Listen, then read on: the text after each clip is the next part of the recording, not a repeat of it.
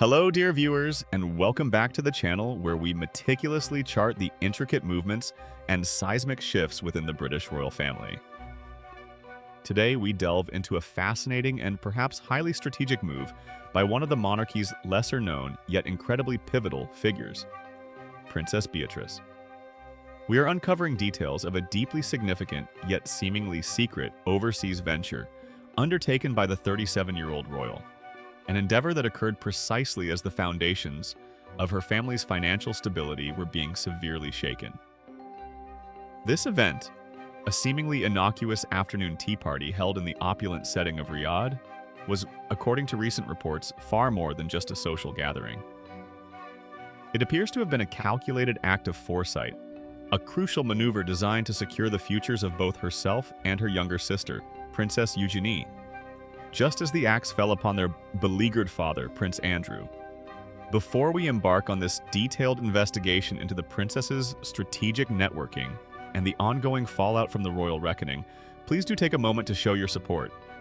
Like this video, subscribe for continuous royal insights, and ring that notification bell so you never miss a deep dive into the monarchy's most compelling stories. The context for Princess Beatrice's urgent trip to the Middle East is rooted in a devastating, life-altering decision delivered by King Charles III just a few weeks prior. This was not merely a ceremonial shifting of titles. It was the final, definitive severing of Prince Andrew's remaining ties to the official life of the monarchy. The consequences of his widely reported and deeply shameful alleged actions had finally caught up to him, forcing the king to strip him of the last vestiges of his royal privileges and the highly symbolic trappings that accompanied them. Imagine the atmosphere within the York family household during this period. As Prince Andrew was systematically being dismantled from his former position, losing the final symbols of his status, his eldest daughter, Princess Beatrice, was not dwelling on the immediate tragedy. Instead, she was, according to a recent detailed report published by the Daily Mail, thinking far ahead, strategically bracing the family for the financial blow that inevitably follows such a profound loss of royal standing. This realization leads us directly to the secretive rendezvous in Saudi Arabia.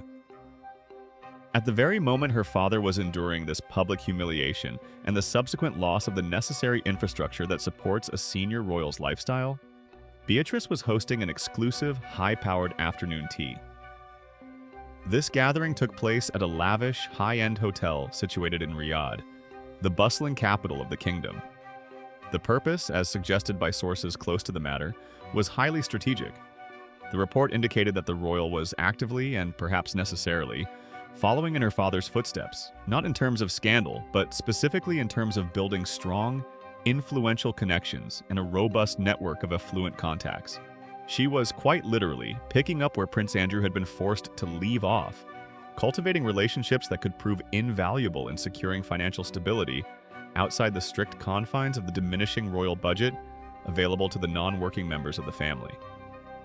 During her critically timed visit to Riyadh, Princess Beatrice did not merely attend low-key meetings. She immersed herself in the highest echelons of global finance and power. She was reported to have rubbed shoulders with some of the wealthiest, most powerful businessmen and influential figures on the entire planet. This was networking on a truly global, corporate scale. Just days before the aforementioned tea party, she was a prominent attendee at the prestigious Future Investment Initiative, an annual conference often dubbed the Davos in the Desert. This event is a critical gathering point for global leaders, heads of state, major investors, and energy titans, all converging to discuss future trends and secure large-scale deals. For a royal navigating a sudden and significant reduction in official income, being present at such a forum is not merely a courtesy, it is a vital business imperative. This strategic pivot brings into sharp focus the legacy of Prince Andrew's own controversial history. Prior to his dramatic fall from grace, the Duke of York was notoriously known for cultivating an extensive network of influential and exceptionally affluent international contacts. He leveraged his royal status globally, often facilitating business deals. However, many of these arrangements and the associations he forged were later scrutinized and, in some cases, labeled as shady or highly questionable, ultimately contributing to the irreparable damage to his public image. Given this history, the suggestion is that Princess Beatrice was keenly aware of the necessity of establishing a viable financial lifeline for her family. With her father's official income and access to royal resources severely curtailed, and the very real possibility of further financial strain looming, it is entirely plausible that Beatrice was already bracing herself for the inevitable blow from the senior royals. Her actions in Riyadh appear to be a highly proactive measure to secure their future financially, ensuring that the next generation of the York family, including her own young daughter, remains insulated from the full impact of their father's predicament. The nature of Princess Beatrice's involvement in these high-level meetings remains shrouded in a certain degree of mystery, a typical feature of private royal activities that skirt the line between official duty and personal business.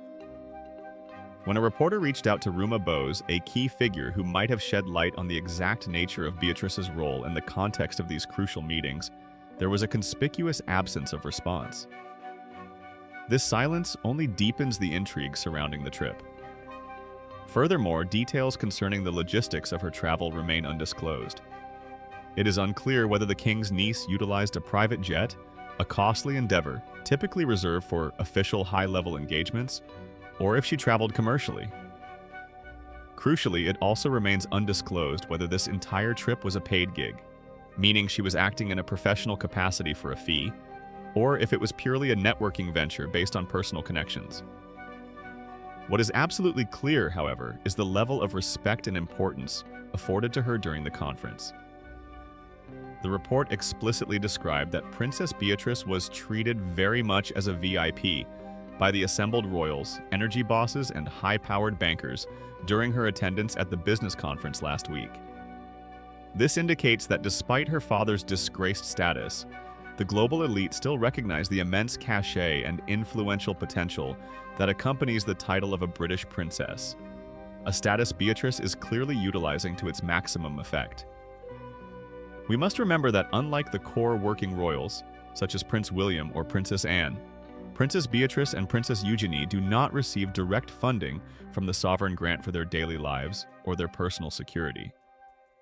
While they occasionally undertake duties on behalf of the monarch, their principal source of income must be derived from professional careers, a situation that places immense pressure on them to maintain lucrative and stable employment, especially given the current turmoil surrounding Prince Andrew's continued support. The contrast between this mysterious, high-stakes financial maneuvering in the desert and her simultaneous commitment to public service provides a fascinating duality to Princess Beatrice's life. These new, highly strategic details about her overseas business dealings emerged just days after the British royal was granted a brand new, highly visible, and very positive official role within the United Kingdom. This new appointment is the deputy patron of Outward Bound, a highly regarded UK-based charity.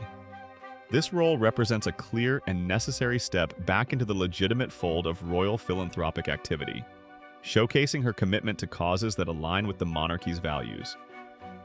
The Outward Bound charity focuses its vital work on helping children from all backgrounds grow and develop crucial life skills through exposure to nature and challenging outdoor adventures.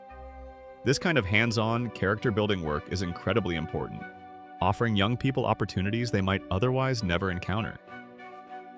Significantly, Princess Beatrice will not be undertaking this charitable work alone. She will be joined by her uncle, Prince Edward, who has been designated as the royal patron of the organization. This pairing is crucial.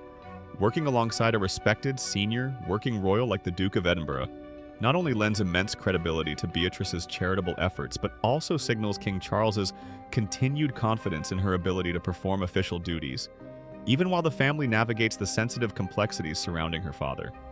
The juxtaposition is striking. On one hand, we see the necessity of strategic, fast-paced financial networking in the global marketplace, echoing the methods, if not the questionable morals, of her father's past associations. On the other, we see the princess embracing a traditional, highly respected royal role focused on the welfare of the nation's youth, firmly cementing her place within the royal family's charitable structure alongside her uncle. This delicate balancing act underscores the enormous pressure placed upon Princess Beatrice. She must navigate the intense personal loyalty to her father and the financial responsibilities that accompany that, while simultaneously maintaining a pristine public image and fulfilling her duties as a blood princess of the realm. The Riyadh Tea Party and the subsequent VIP treatment at the Future Investment Initiative suggest a young woman who understands the necessity of self-reliance and the strategic deployment of her royal status to ensure long-term security. The appointment as deputy patron of Outward Bound, however, offers a public reassurance that her focus remains grounded in meaningful public service. It provides a clean, clear, and universally approved role that counterbalances the opacity surrounding her international business ventures. This charity role allows her to step out from the shadows of scandal and align herself firmly with the future direction of the monarchy, emphasizing environmental stewardship and youth development, two core focuses of King Charles III. The sheer determination shown by Princess Beatrice to secure her position and that of her sister, Princess Eugenie, is commendable. It speaks volumes about the realization that the old structures of royal support are irrevocably gone for the York family. They are now, more than ever, responsible for forging their own path in the challenging landscape of modern royal life, where titles offer prestige but no guarantee of income. The detailed report of her activities in Riyadh paints a picture of a royal who is not afraid to engage directly with the world's financial power brokers, utilizing her unique background to secure opportunities. Whether those opportunities are purely personal or tied to a yet-to-be-revealed professional venture remains the central mystery. But her presence, treated as a VIP among the assembled royals, energy bosses, and high-powered bankers, confirms her status as a serious player on the global stage. In conclusion, Princess Beatrice is currently engaged in one of the most complex balancing acts a non-working royal can undertake. She is simultaneously managing the fallout from her father's royal exile by strategically securing the family's future through powerful international networking, while also diligently upholding her official duties through meaningful charitable work. This period marks a true coming of age for the princess, demanding immense resilience and foresight. What are your thoughts on Princess Beatrice's strategic moves in Riyadh? Do you believe she is right to utilize her royal status to build strong financial connections, especially given the circumstances surrounding her father? Or should she focus solely on her official charitable roles? We want to hear your opinions in the comments section below. Don't forget to like this video, subscribe for more in-depth royal analysis, and join us next time as we continue to track the ever-evolving dynamics of the British monarchy. Thank you for watching, and we'll see you soon.